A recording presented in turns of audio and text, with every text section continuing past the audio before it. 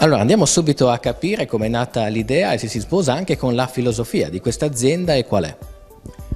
La filosofia è legata al fatto che la nostra azienda è molto attenta al green, a tutto quello che è il star bene in azienda. Quindi abbiamo creato questo ambiente molto luminoso, molto user friendly, vicino alle persone ed è stato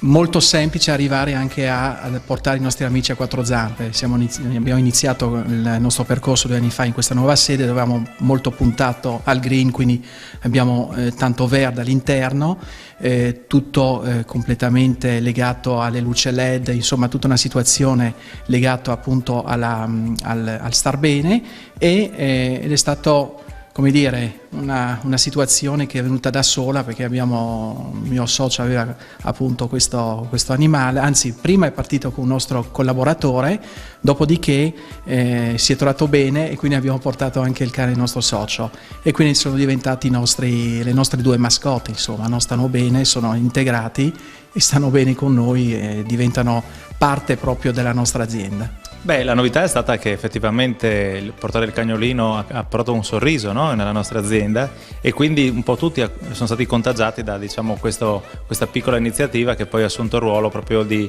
centralità a livello affettivo. Quindi io arrivo in ufficio, in azienda, me lo porto con me, sta nel mio ufficio, se poi sono impegnato magari con dei clienti piuttosto che in altro tipo di attività, vedo che proprio i nostri collaboratori fanno a gara per chi lo porta fuori. Quindi è anche un aiuto magari in chiudere un qualche contratto?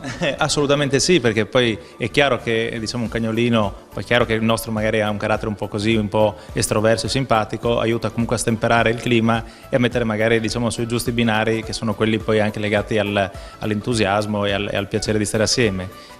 Poi quando andiamo a pranzo lì è veramente un divertimento perché effettivamente il cane è emozionato, che sono cani che hanno sempre fame, quindi andiamo al ristorante e anche le cameriere, il proprietario sono tutti quanti divertiti quando arriva il cane, che gli portano quasi prima loro a mangiare che a noi. Ecco.